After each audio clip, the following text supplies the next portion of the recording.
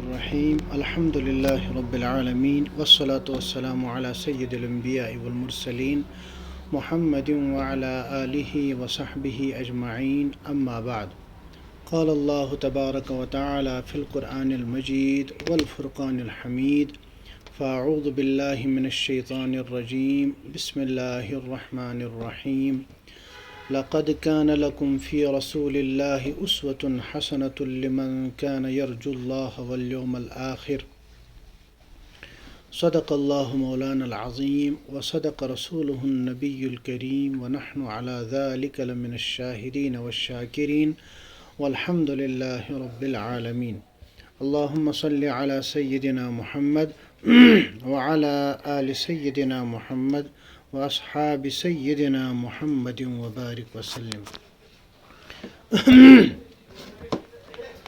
محترم سامعین کرام اور طلبہ اعزام، آج کا جو سبق ہے یہ سیرت النبی صلی اللہ تعالی علیہ وسلم کا پہلا سبق ہے۔ آج کے سبق میں سیرت النبی کے متعلق 3 چیزوں کا تذکرہ کیا جائے گا۔ ایک کہ سیرت النبی کا مطالعہ ہمیں کیوں کرنا چاہیے۔ نمبر 2، سیرت النبی صلی اللہ علیہ وسلم کا ماخذ کیا ہے۔ نمبر 3، سیرت النبی صلی اللہ علیہ وسلم پر کچھ عربی اور اردو کتابوں کا تذکرہ کیا جائے گا جو سیرت النبی صلی اللہ علیہ وسلم سمجھنے میں معاون اور مددگار ہوں گی۔ اور پھر کل سے انشاءاللہ سیرت کے اور جو باقی مفاہیم ہیں، مثال کے طور پر رسول اللہ صلی اللہ علیہ وسلم کے خاندان کا تذکرہ اور رسول اللہ صلی اللہ علیہ وسلم سے پہلے عرب کی حالت، ان کا تذکرہ بھی کچھ سبقوں میں، اور اس کے بعد پھر اخیر میں یعنی 2-3 سبق ہونے کے بعد پھر رسول اللہ صلی اللہ علیہ وسلم کی ولادت باسعادت کا تذکرہ بھی کیا جائے گا، اور پھر اسی طرح کے یہ انشاءاللہ 40 اسباق ہوں گے جس میں مکمل سیرت طیبہ کو بیان کرنے کی کوشش کی جائے گی۔ تو سب سے پہلی چیز یہ ہے کہ سیرت جب ہم بولتے ہیں، لفظ سیرت یہ عربی کا لفظ ہے، سیرتن سے نکلا ہے، اسی کو ہم اردو میں سین، یہ، رے اور پھر بڑی تا اس طرح لکھتے ہیں، حالانکہ عربی میں سین یا را اور پھر گول تا اس طرح لکھا جاتا ہے۔ سیرت کا مطلب کیا ہوتا ہے؟ سیرت کا مطلب ہوتا ہے چلنا، پھرنا، راستہ لینا یا راستہ بنانا یا کوئی راستہ اختیار کرنا، اس کو سیرت کہا جاتا ہے۔ چونکہ حضور پاک صلی اللہ تعالی علیہ وسلم کی مکمل زندگی اور رسول اللہ صلی اللہ علیہ وسلم نے اپنی مبارک زندگی میں کیا کیا کیا، کون کون سے راستے اختیار کیے اور کس طرح لوگوں تک دین کی دعوت پہنچائی، اور لوگوں کی طرف سے جو تکالیف ان پہ آئی ان تکالیف کو کس طرح آپ صلی اللہ علیہ وسلم نے برداشت کیا، یہ ساری چیزیں بیان کی جاتی ہیں۔ تو اس لیے اس عنوان کو سیرت کہا جاتا ہے اور اس کی جمع سیر آتی ہے۔ اس کے بعد اہم عنوان جو میں نے بتایا کہ سیرت کا ہم مطالعہ کیوں کریں، یعنی ہم سیرت النبی صلی اللہ علیہ وسلم کا مطالعہ کیوں کریں، اس سے کیا فائدہ ہوگا۔ یاد رکھنا چاہیے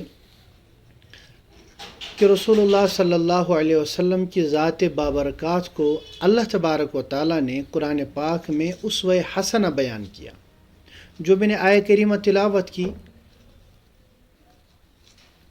اس میں یہی مفہوم بیان کیا گیا ہے، یہی مطلب بیان کیا گیا ہے کہ تمہارے لیے رسول اللہ صلی اللہ علیہ وسلم کی ذات بابرکت یہ بہترین نمونہ ہے، یعنی یہ آئیڈیل لائف ہے۔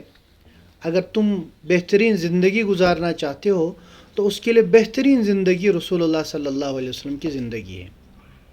تو قرآن نے فرمایا لقد کان لکم فی رسول اللہ اسوۃ حسنہ، یعنی بہترین زندگی، بہترین نمونہ اگر تمہارے سامنے ہے تو وہ رسول اللہ صلی اللہ علیہ وسلم کی زندگی ہے. اور رسول اللہ صلی اللہ علیہ وسلم کی مکمل زندگی آپ سیرت طیبہ ہی کے ذریعے سے معلوم کر سکتے ہیں. اگر آپ سیرت طیبہ کا مطالعہ نہ کریں تو اس کے بغیر آپ رسول اللہ صلی اللہ علیہ وسلم کی مکمل زندگی کو سمجھ ہی نہیں پائیں گے. رسول اللہ صلی اللہ علیہ وسلم نے کس موقع پر کون سا عمل کیا، جب خوشی تھی تو کیا کیا، غم تھا کیا کیا، تکلیف تھی اس وقت کیا کیا، اور دوستوں کے ساتھ کس طرح پیش آئے، اپنے اہل خانہ کے ساتھ کس طرح پیش آئے، اپنے ہمسایوں کے ساتھ کس طرح پیش آئے، اور پھر دشمنوں کے ساتھ کس طرح پیش آئے.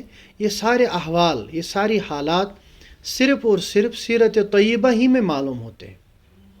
تو اس وجہ سے سیرت النبی کا مطالعہ اس غرض سے کرنا ہے کہ ہم رسول اللہ صلی اللہ علیہ وسلم کی مکمل زندگی کو کاپی کرنے کی کوشش کریں، کیونکہ اللہ تبارک و تعالیٰ نے اس کا حکم دیا ہے کہ تم اگر زندگی گزارنا چاہتے ہو، تمہیں اگر زندگی صحیح ڈھنگ سے گزارنی ہے تو اس کے لیے بہترین نمونہ رسول اللہ صلی اللہ علیہ وسلم کی ذات گرامی ہے.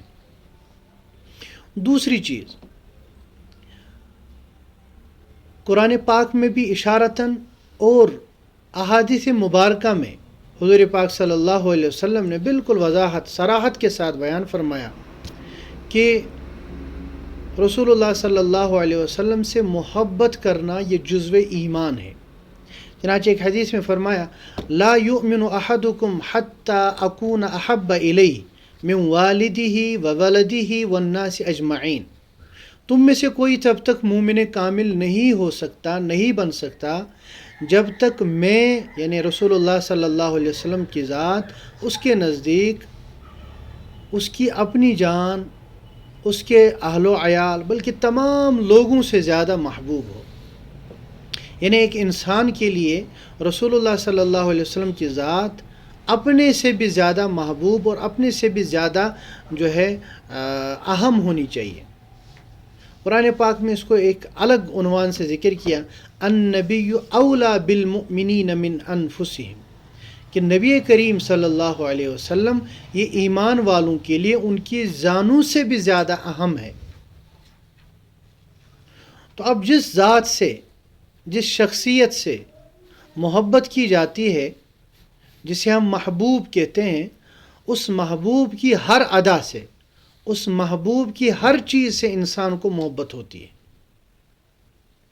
چنانچہ آپ نے سنا ہوگا کہ جو بہت سارے قصے مشہور ہیں دنیا کی مجازی عشق کے، ان سے پتہ چلتا ہے کہ ایک مجازی محبت اور ناجائز محبت کے لیے انسانوں نے ایک دوسرے انسان کے ساتھ اور اس کی کتنی چیزوں کی کاپی کرنے کی کوشش کی، اور اس سے ریلیٹڈ جتنی بھی چیزیں ہیں ان کو کتنی اہمیت دی اپنی زندگی میں. تو بغیر تشبیہ کے جب ہم رسول اللہ صلی اللہ علیہ وسلم سے محبت کریں، اور جب ہمیں حکم ہے رسول اللہ صلی اللہ علیہ وسلم سے محبت کرنے کا، تو ہمیں رسول اللہ صلی اللہ علیہ وسلم کی ہر چیز سے محبت ہونی چاہیے. ہمیں رسول اللہ صلی اللہ علیہ وسلم کے حلیہ مبارکہ سے محبت ہونی چاہیے. ہمیں رسول اللہ صلی اللہ علیہ وسلم کے اہل و عیال سے محبت ہونی چاہیے.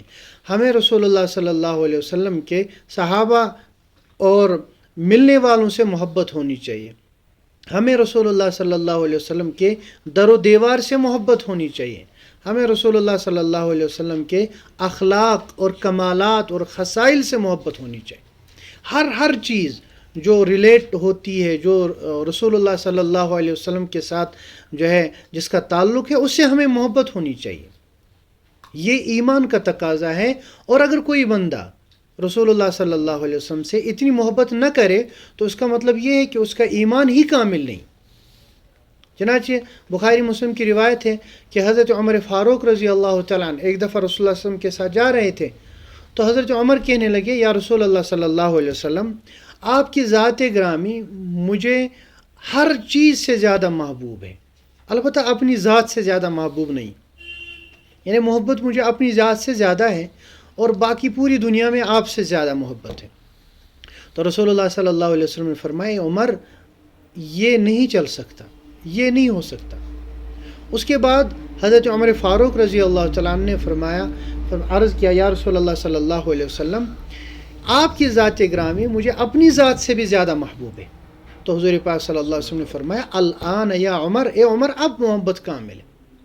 تو کمال محبت یعنی محبت کا کامل ہونا یہ ہے کہ ہمیں اپنی ذات سے بھی زیادہ رسول اللہ صلی اللہ علیہ وسلم کی ذات سے محبت ہونی چاہیے۔ اگر کسی بندے کو کسی اور کی محبت اتنی زیادہ ہے یا اپنی ذات کی محبت رسول اللہ صلی اللہ علیہ وسلم کی محبت سے زیادہ ہے تو اسے سمجھنا چاہیے کہ وہ ایمان کامل اس کے اندر نہیں ہے۔ اب جب یہ محبت رسول اللہ صلی اللہ علیہ وسلم سے جزو ایمان ہے تو محبوب کی ہر چیز سے انسان کو محبت ہوتی ہے، اور یہ محبوب کی ہر چیز آپ کیسے پا سکتے ہیں؟ اور رسول اللہ صلی اللہ علیہ وسلم کی ہر چیز، ہر جز، ہر عادت، ہر خصلت یہ آپ کو سیرت طیبہ ہی میں ملے گا۔ تو اس وجہ سے بھی ہم سیرت طیبہ کا مطالعہ کرتے ہیں اور ہمیں کرنا چاہیے، اور یہ بھی نیت کریں کہ ہم اس سیرت طیبہ کا مطالعہ اس لیے کرتے ہیں تاکہ رسول اللہ صلی اللہ علیہ وسلم کی محبت ہمارے دلوں میں آ جائے اور رسول اللہ صلی اللہ علیہ وسلم کی ہر چیز سے ہمیں محبت ہو جائے۔ بس اس لیے ہم سیرت طیبہ کا مطالعہ کرتے ہیں۔ تیسری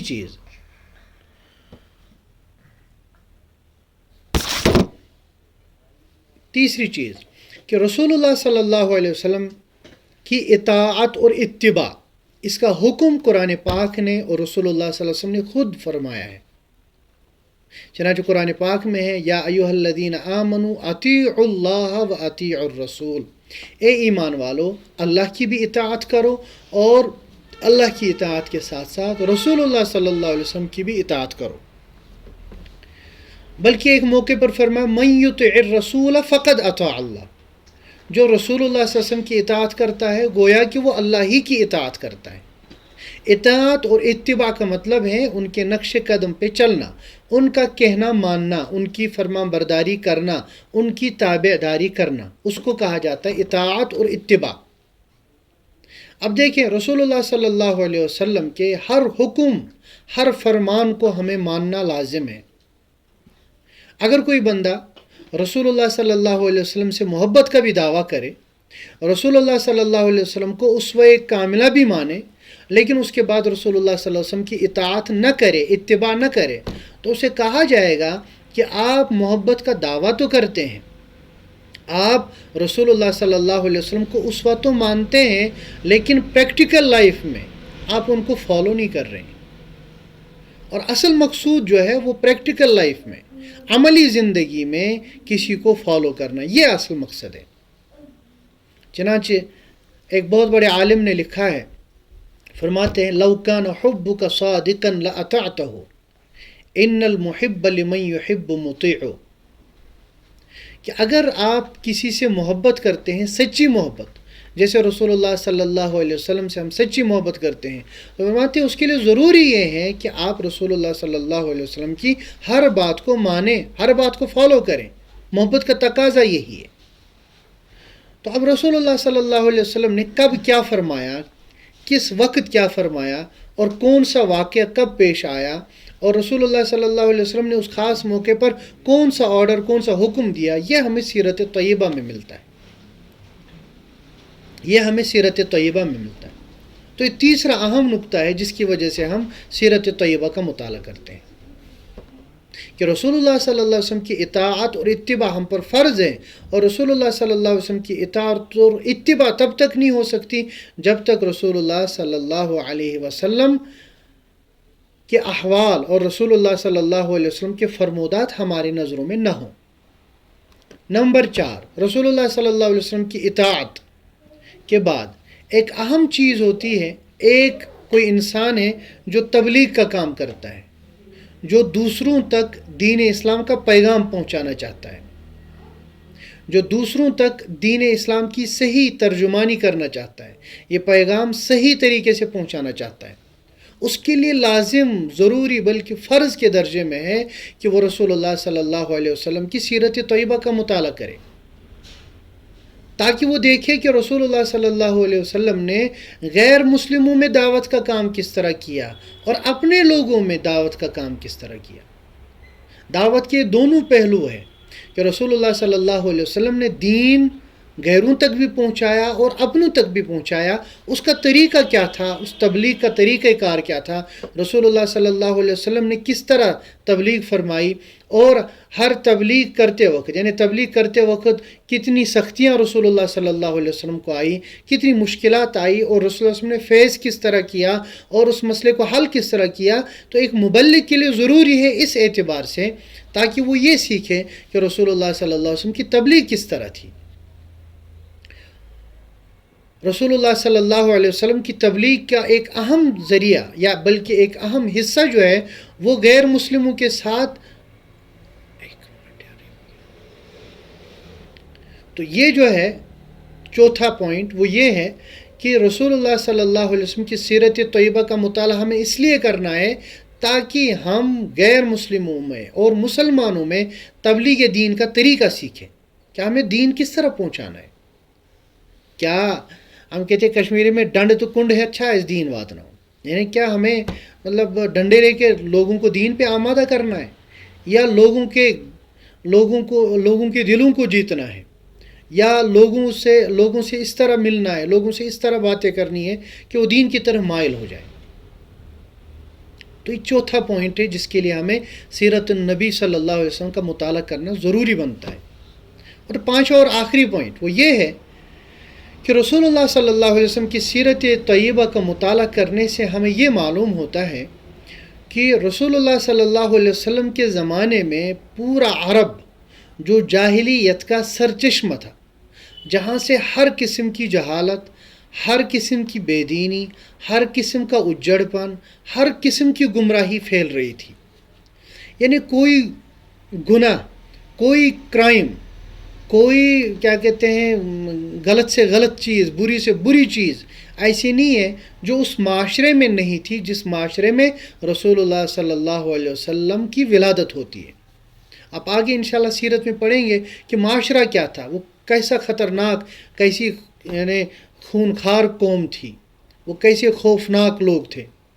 ان لوگوں میں رسول اللہ صلی اللہ علیہ وسلم نے صرف 23 سال کے عرصے میں 23 ایئرز میں رسول اللہ صلی اللہ علیہ وسلم نے اس ماحول میں محنت کی، صرف 23 سال. اور 23 سال کے بعد اب جب دیکھتے ہیں پورا جزیرۃ العرب جو آج کے زمانے میں کئی ملکوں پر مشتمل ہے، اس پہ رسول اللہ صلی اللہ علیہ وسلم نے کس طرح دین اسلام کا اور امن و امان کا جھنڈا گاڑ دیا.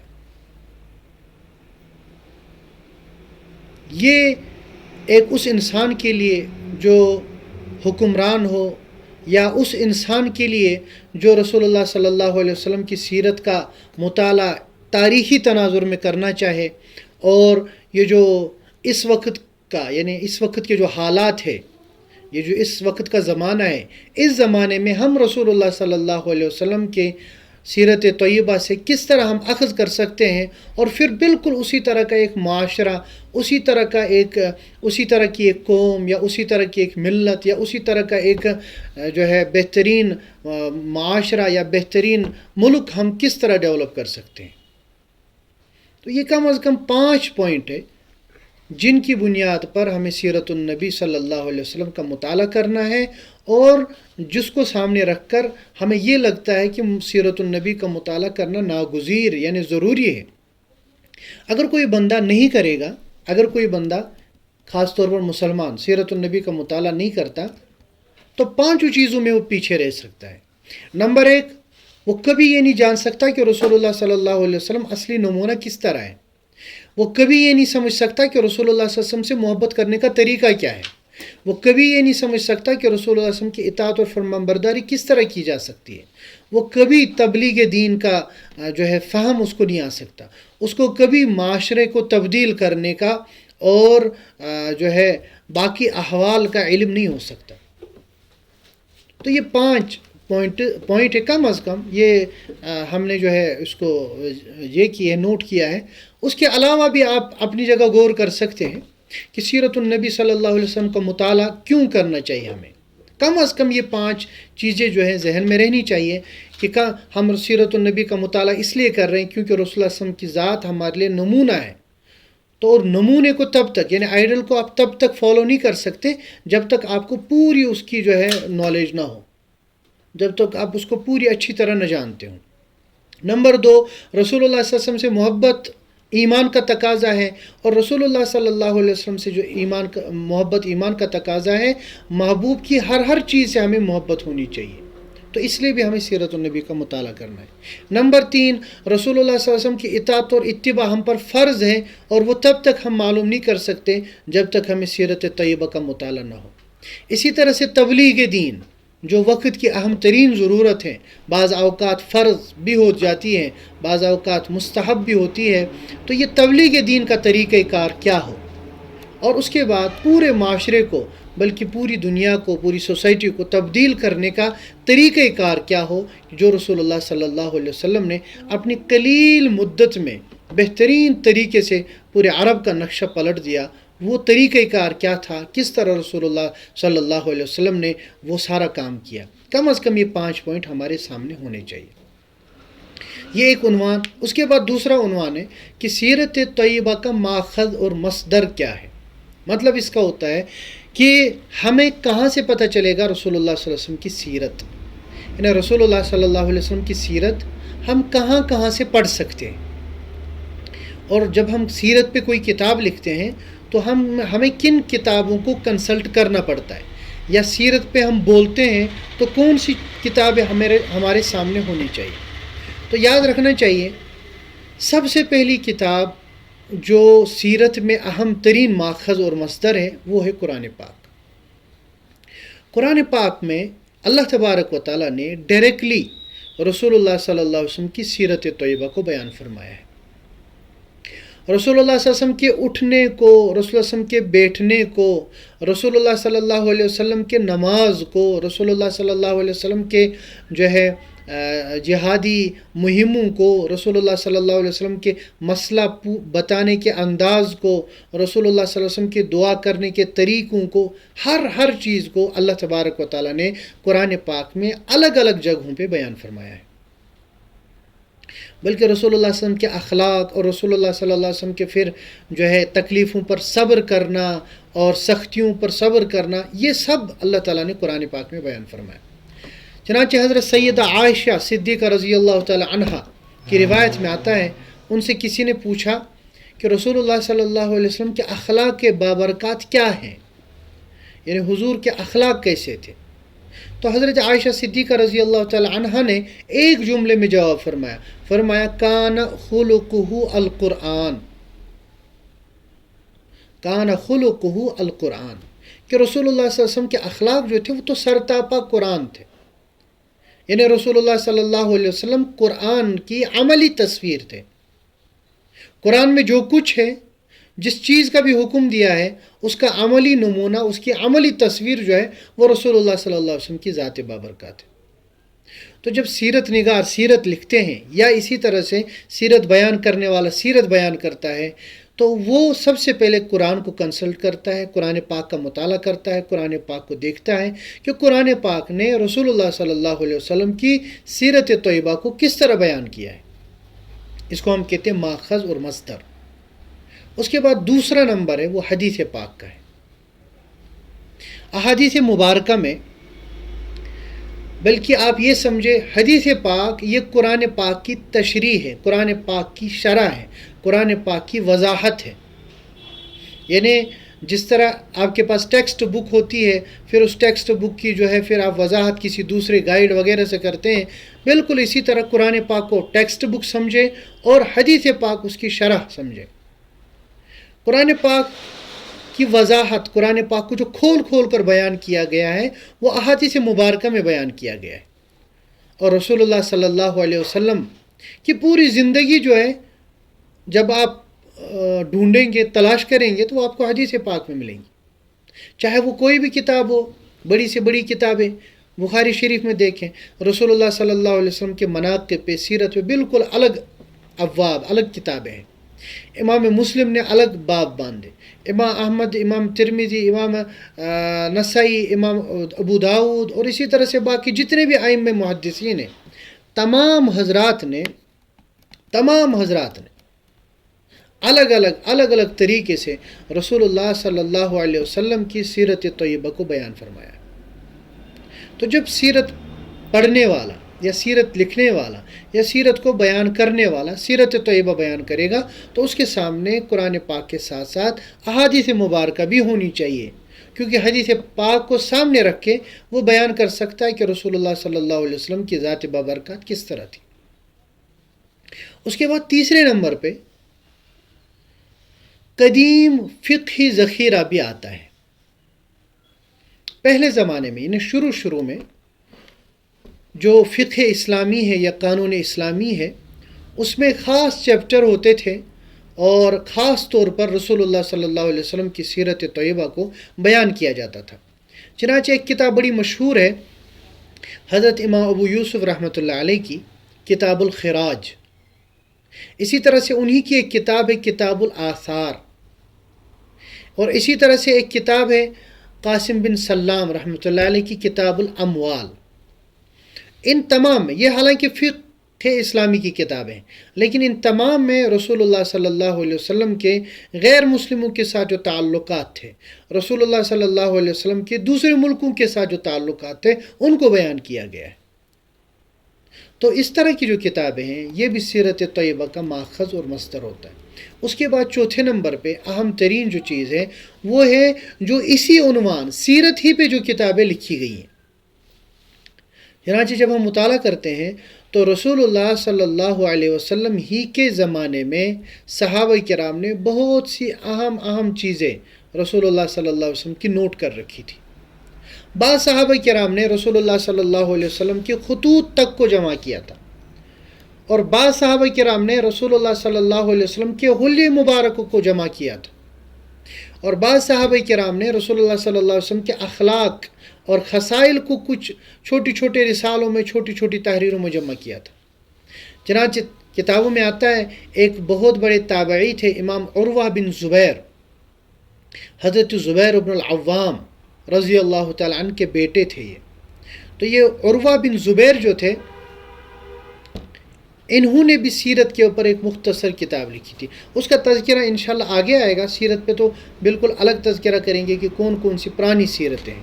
تو یہ پانچویں چیز ہے مابل استمداد کہو اس کو، یا آپ جو ہے اوریجن یا ماخذ یا مصدر، وہ ہے تاریخ کی کتابیں، ہسٹری کی جو کتابیں ہیں، یعنی تاریخ اسلام پہ جو کتابیں لکھی گئی ہیں اور بالکل ابتدائی زمانے سے جو لکھی گئی ہیں، ان کتابوں میں رسول اللہ صلی اللہ علیہ وسلم کی سیرت طیبہ کو ڈسکس کیا گیا ہے. چنانچہ ایک بہت بڑے مورخ ہے امام دینوری، ان کی الاخبار الطوال. اسی طرح سے ایک ہے علامہ ابن جریر الطبری، ان کی ہے تاریخ الطبری. اسی طرح سے ایک کتاب ہے مروج الذہب و معادن الجوہر. بہت پرانی کتابیں ہیں یہ، ہیں تو تاریخ کی کتابیں، ہسٹری کی کتابیں، لیکن ان تاریخ کی کتابوں میں رسول اللہ صلی اللہ علیہ وسلم کی سیرت طیبہ کو بھی بیان کیا گیا ہے. اسی طرح سے خاص طور پر جو مکہ مکرمہ اور مدینہ طیبہ کے متعلق کتابیں لکھی گئی ہیں، جو کتابیں حرمین شریفین کے متعلق لکھی گئی ہیں، ان میں بھی سیرت طیبہ کو بہت زیادہ بیان کیا گیا ہے. چنانچہ ایک کتاب ہے اخبار مکہ، امام ازرقی کی ہے، 3 صدی ہجری کے تھے. اسی طرح سے ایک ہے امام عمر ابن شبہ، ان کی ہے تاریخ المدینہ. اسی طرح سے اخبار مکہ ہے امام فاقہی کی. یہ تمام جو کتابیں ہیں یہ ہیں تو مکہ کی یا مدینہ طیبہ کے متعلق جو لکھی گئی، لیکن ان میں سیرت طیبہ کو بیان کیا گیا. اس کے علاوہ اور بھی بہت ساری کتابوں ہیں، تو خاص طور پر یہ 5 ہیں. ایک قرآن پاک میں سیرت طیبہ کو بیان کیا گیا. نمبر 2 احادیث مبارکہ، ان میں وضاحت کے ساتھ سیرت طیبہ کو بیان کیا گیا ہے. نمبر 3 فقہ کی کتابیں، اور وہ بھی متقدمین کی جو ہیں ان میں سیرت طیبہ کو بیان کیا ہے. نمبر 4 سیرت کے موضوع پر ہی اور مغازی یعنی غزوات کے موضوع پر جو کتابیں تحریر کی گئی ہیں ان کتابوں میں بھی سیرت طیبہ کو بیان کیا گیا ہے. اور نمبر 5 تاریخ اور ہسٹری کی کتابوں میں سیرت طیبہ کو بیان کیا گیا ہے. تو یہ 2 عنوان. اس کے بعد تیسرا عنوان ہے کہ سیرت طیبہ پر جو اہم کتابیں لکھی گئی ہیں تاریخ اسلام میں، چاہے وہ عربی میں ہوں، چاہے وہ فارسی میں ہوں، چاہے وہ اردو میں ہوں، سیرت طیبہ پر، رسول اللہ صلی اللہ علیہ وسلم کی مبارک سیرت پر جو کتابیں لکھی گئی. سب سے قدیم کتاب جو بیان کی جاتی ہے وہ حضرت ابو بکر صدیق رضی اللہ تعالیٰ عنہ کے نواسے حضرت عروہ بن زبیر، جن کا بھی تذکرہ میں نے کیا تھا. حضرت ابو بکر صدیق رضی اللہ تعالیٰ عنہ کی 2 بیٹیاں، ایک حضرت عائشہ صدیقہ رضی اللہ تعالیٰ عنہ، ان کا نکاح رسول اللہ صلی اللہ علیہ وسلم سے ہوا تھا. دوسری تھی حضرت اسماء بنت ابی بکر، ان کا نکاح ہوا تھا حضرت زبیر بن العوام سے. تو حضرت زبیر کے بیٹے حضرت اسماء کے بیٹے حضرت عروہ تھے.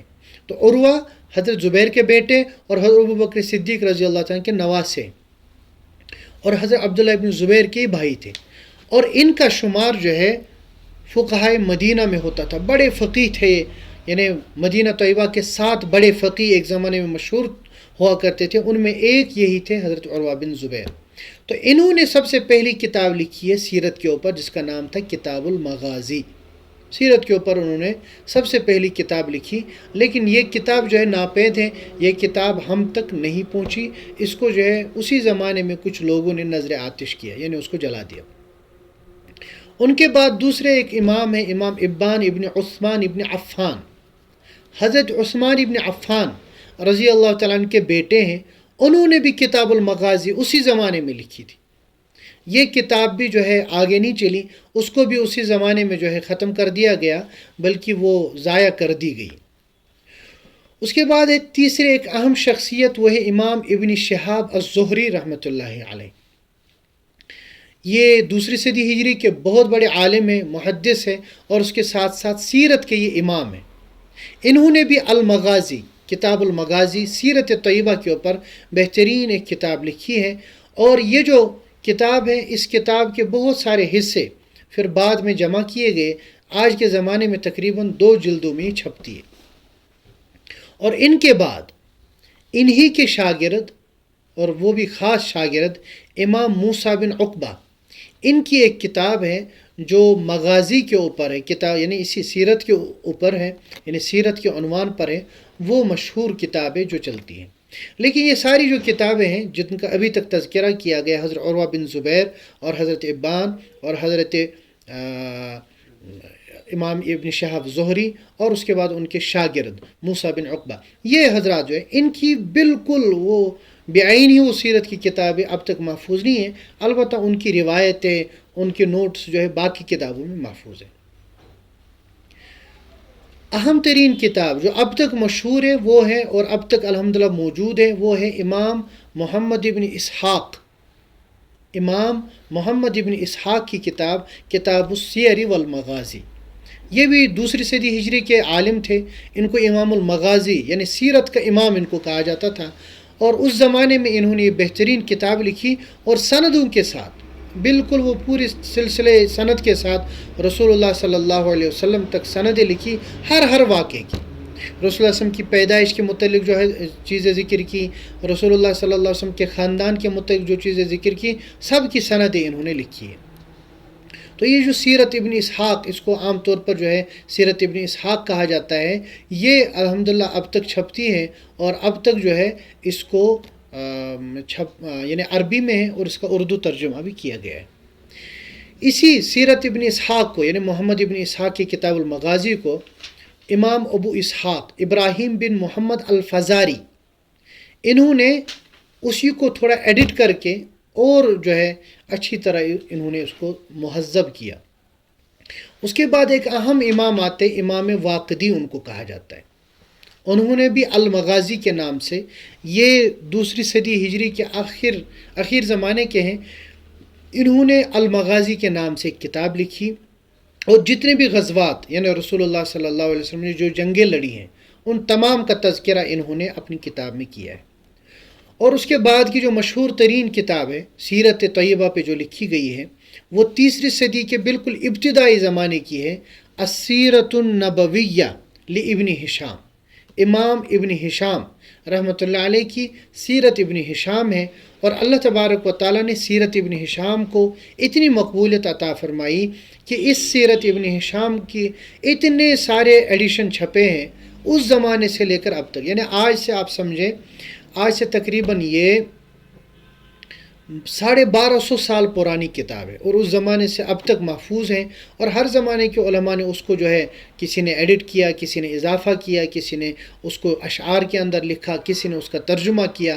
تو یہ جو سیرت ابن ہشام ہے، سیرت ابن ہشام کا اردو ترجمہ بھی بازار میں دستیاب ہے، اور اس کی عربی شرح ایک اہم ترین شرح ہے الروض العنف فی شرح السیرت النبویہ۔ یہ امام سہیلی رحمۃ اللہ علیہ نے 6 صدی ہجری کے عالم ہیں، انہوں نے لکھی ہے، تو یہ کتاب بھی دستیاب ہے۔ اسی طرح سے علامہ بدر الدین عینی نے، انہوں نے بھی اس کے ایک شرح لکھی ہے، اور بعض حضرات نے اس کو جو ہے اشعار کے اندر بھی لکھا ہے۔ تو خلاصہ یہ ہے کہ سیرت ابن ہشام بڑی بہترین کتاب ہے، اور اس کا ترجمہ اردو میں بھی ہوا ہے، اور اردو میں بھی یہ دستیاب ہے۔ اس کے بعد سیرت ابن ہشام کے بعد ایک اہم ترین کتاب ہے امام ابن سعد رحمۃ اللہ علیہ کی، یہ بھی 3 صدی ہجری کے عالم ہیں، طبقات ابن سعد، انہوں نے ایک کتاب لکھی ہے طبقات ابن سعد، الطبقات الکبریٰ بھی اس کو کہتے ہیں، طبقات ابن سعد بھی اس کو کہتے ہیں۔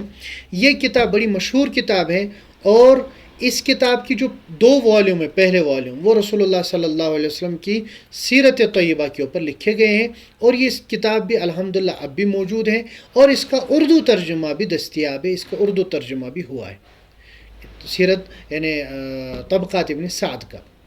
3 صدی ہجری کے، آج 15ویں صدی چل رہی ہے، یعنی آج سے تقریباً 1200 سال کم از کم 1200 یا 1150 سال پہلے کی کتاب ہے، الحمدللہ اب تک یہ موجود ہے۔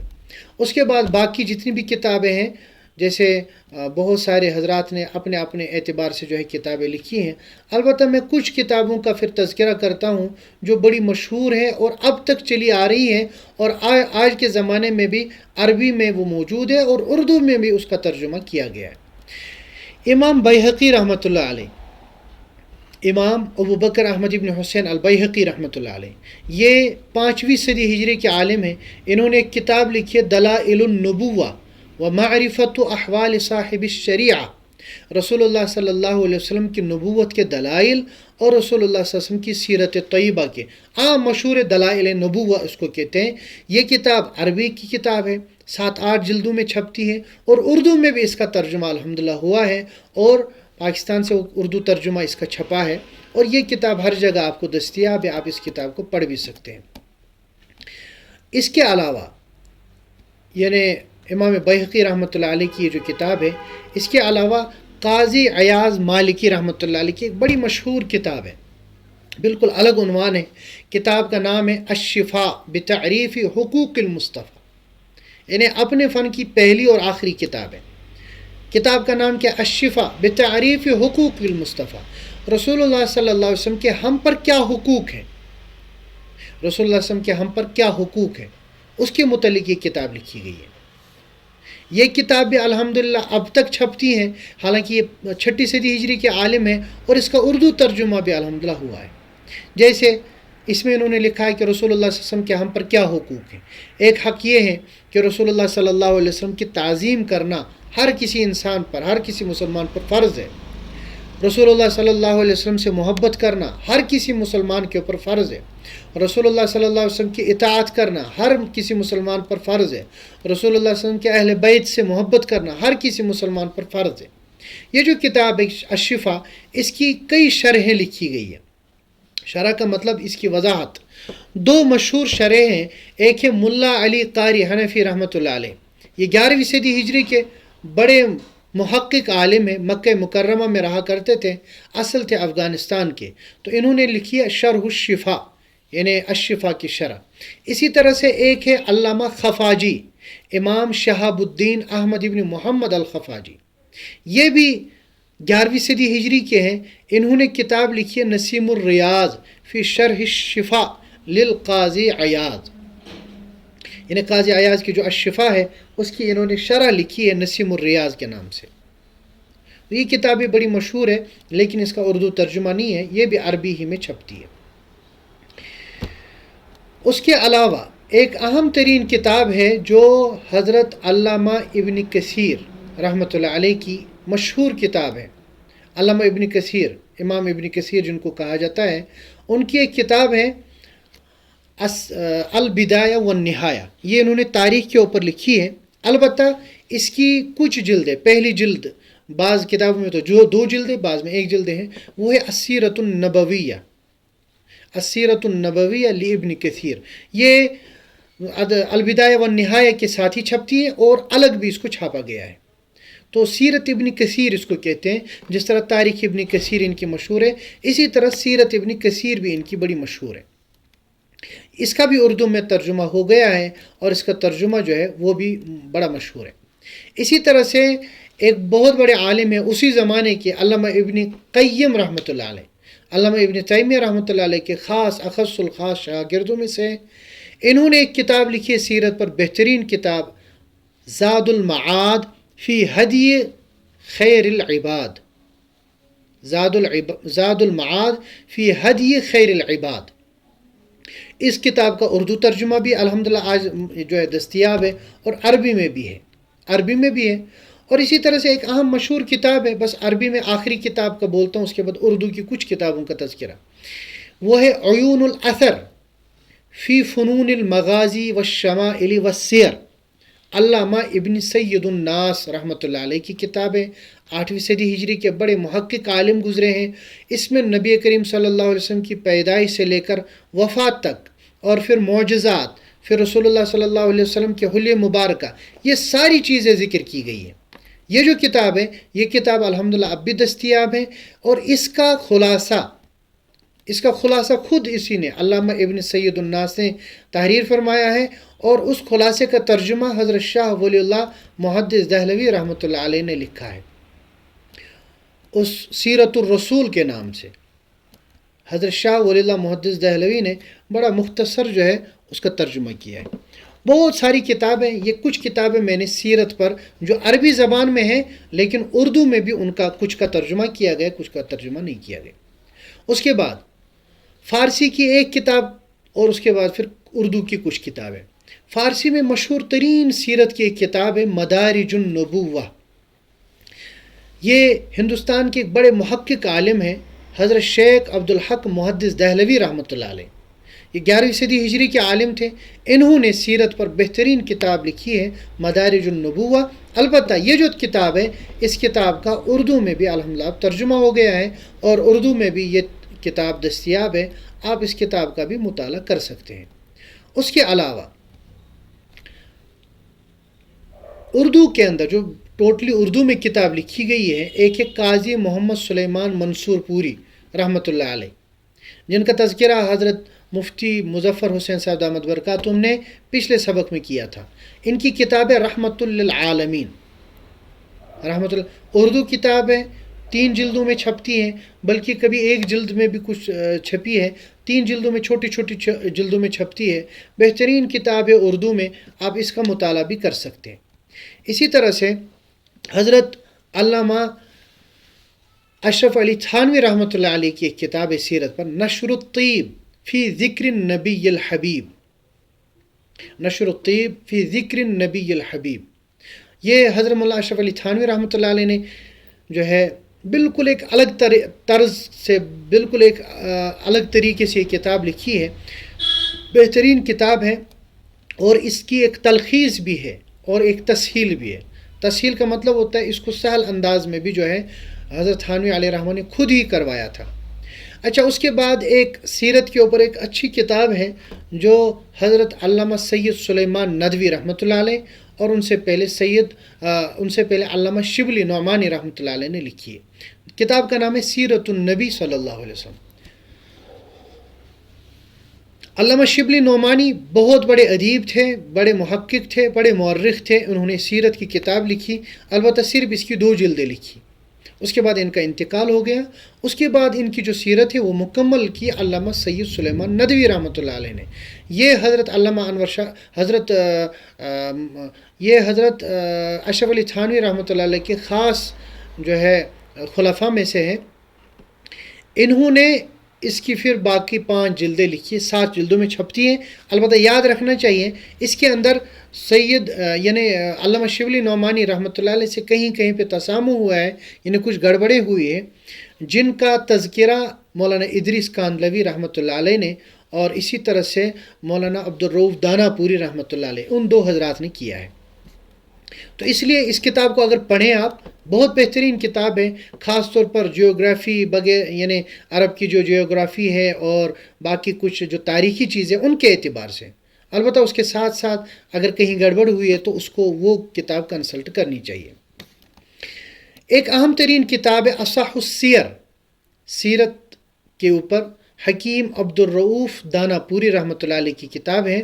یہ تقریباً 1937 یا اسی کے آس پاس یہ کتاب لکھی گئی ہے. بہترین کتاب ہے، اور اس کتاب کا پورا ماخذ یہ حدیث پاک ہے، یعنی احادیث کو مد نظر رکھتے ہوئے انہوں نے کتاب لکھی ہے. انہوں نے باقی ادھر ادھر کی چیزیں بہت کم لائی ہیں، اور بالکل ہٹ کے ایک الگ طریقے سے، ایک الگ انداز سے انہوں نے جو ہے کتاب لکھی ہے. اسی طرح سے ایک کتاب ہے النبی الخاتم، چھوٹی سی اتنی سی کتاب ہے سیرت کے اوپر، حضرت مولانا مناظر احسن گیلانی رحمۃ اللہ علیہ ان کی کتاب ہے. مولانا مناظر احسن گیلانی رحمۃ اللہ علیہ یہ زبردست ادیب اور بہت ہی صاحب قلب اور صاحب قلم مصنف تھے. بہترین کتابیں انہوں نے لکھی ہیں.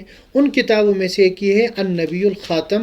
یہ النبی الخاتم بہت ہی چھوٹی ہے، مختصر ہے، اس کو آپ جو ہے ایک دن میں بھی پڑھ سکتے ہیں اگر آپ پڑھنا چاہیں.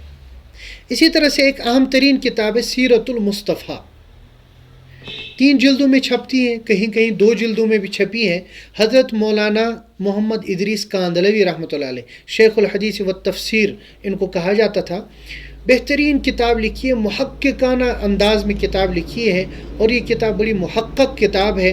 اس کتاب میں انہوں نے جس طرح محدثین کا طرز ہوتا ہے اسی کو اپنایا ہے، اور کوئی بھی روایت انہوں نے موضوع وغیرہ یہ شامل ہونے نہیں دی ہے. یہ کتاب بڑی اہم کتاب ہے، اس کا مطالعہ اگر آپ کریں باقی سب کتابوں کے مطالعے سے آپ کو یہ بے نیاز کر دے گی. سیرت المصطفیٰ، سیرت المصطفیٰ بس ذہن میں رکھیں، بڑی اہم کتاب ہے. جب بھی آپ کو فرصت ملے کم از کم اس کتاب کا مطالعہ کریں. اسی طرح سے ایک کتاب ہے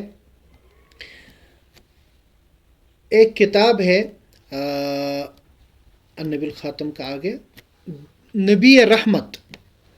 نبی رحمت، یہ نبی رحمت ایک بہت بڑے عالم ہیں، بہت بڑے مفکر ہیں، بہت بڑے جو ہے یعنی خاص طور پر ہندوستان کے ایک بڑے عظیم عالم ہیں، حضرت مولانا سید ابو الحسن علی ندوی رحمۃ اللہ علیہ. ان کی کتاب ہے، بہترین اردو میں کتاب ہے، آپ اس کتاب کا بھی مطالعہ کر سکتے ہیں. نبی رحمت کتاب ہے. اس کے علاوہ ایک چھوٹی سی کتاب ہے، یعنی النبی الخاتم سے بھی چھوٹی کتاب ہے، وہ ہم عام طور پر درس نظامی میں طلبہ کو پڑھاتے ہیں، سیرت خاتم الانبیاء. یہ مفتی اعظم پاکستان حضرت مولانا مفتی محمد شفیع رحمۃ اللہ علیہ کی کتاب ہے. چھوٹی سی کتاب ہے لیکن مستند کتاب ہے، اور رسول اللہ صلی اللہ علیہ وسلم کی مکمل سیرت کو اس میں بیان کیا گیا ہے، اور محدثین کے طرز پر ہر حدیث کو چھان بین کر اس کے اندر لکھا گیا ہے. یعنی اس میں کوشش کی گئی ہے کہ موضوع وغیرہ کی قسم کی روایتیں جو ہے اس کے اندر نہ آئیں. یہ کتاب بھی بڑی مشہور ہے اور ہر جگہ دستیاب ہے. آپ کو اس کا اردو ترجمہ بھی اور اس کا انگریزی ترجمہ بھی جو ہے مل جائے گا. اس کتاب کا بھی آپ مطالعہ کر سکتے ہیں. اس کے علاوہ بس آخری کتاب کا تذکرہ کرتا ہوں. ایک کتاب ہے اسوہ رسول اکرم صلی اللہ علیہ وسلم. اسوہ رسول اکرم یہ رسول اللہ صلی اللہ علیہ وسلم کے اخلاق، عادات اور رسول اللہ علیہ وسلم کی مکمل زندگی صبح سے شام تک کس طرح ہوتی تھی، یہ اس کتاب کے اندر آیا ہے. اور یہ کتاب لکھی ہے حضرت ڈاکٹر عبدالحی عارفی رحمۃ اللہ علیہ نے. یہ کتاب آپ کو یہاں بھی ملے گی، اس کا انگریزی ترجمہ بھی ملے گا، اور اس کو یہ انٹرنیٹ پہ بھی یہ کتابیں دستیاب ہیں. یہ کچھ کتابیں ہیں جن کا میں نے تذکرہ کیا اردو کے اندر. ان کتابوں میں سے کسی بھی کتاب کا آپ مطالعہ کر سکتے ہیں. انشاءاللہ ہم کوشش کریں گے کہ ان کتابوں میں سے جو کتابیں ہمیں PDF میں دستیاب ہوں وہ کتابیں ہم آپ کے گروپ میں بھیج دیں گے، تاکہ جو آپ کے لیے ممکن ہو، میسر ہو، ان کتابوں کا آپ مطالعہ کریں. تو آج کے سبق میں یہ 3 اہم چیزیں تھیں. ایک چیز یہ تھی کہ رسول اللہ صلی اللہ علیہ وسلم کی سیرت طیبہ کا مطالعہ ہم کیوں کریں. دوسری چیز، رسول اللہ صلی اللہ علیہ وسلم کی سیرت طیبہ یہ کہاں سے لی جاتی ہے، کہاں سے لکھی اور بیان کی جاتی ہے. تیسرا، سیرت طیبہ پر یعنی نبی کریم صلی اللہ علیہ وسلم کی سیرت پر کون کون سی کتابیں جو ہم پڑھ سکتے ہیں، ہمارے لیے آسان ہیں، وہ کون کون سی کتابیں ہیں، ان کا تذکرہ کیا گیا ہے۔ اللہ تعالیٰ کہنے سننے سے زیادہ عمل کی توفیق عطا فرمائے، اور رسول اللہ صلی اللہ علیہ وسلم سے کامل محبت اور کامل اتباع کی توفیق عطا فرمائے۔ وآخر دعوانا ان الحمد للہ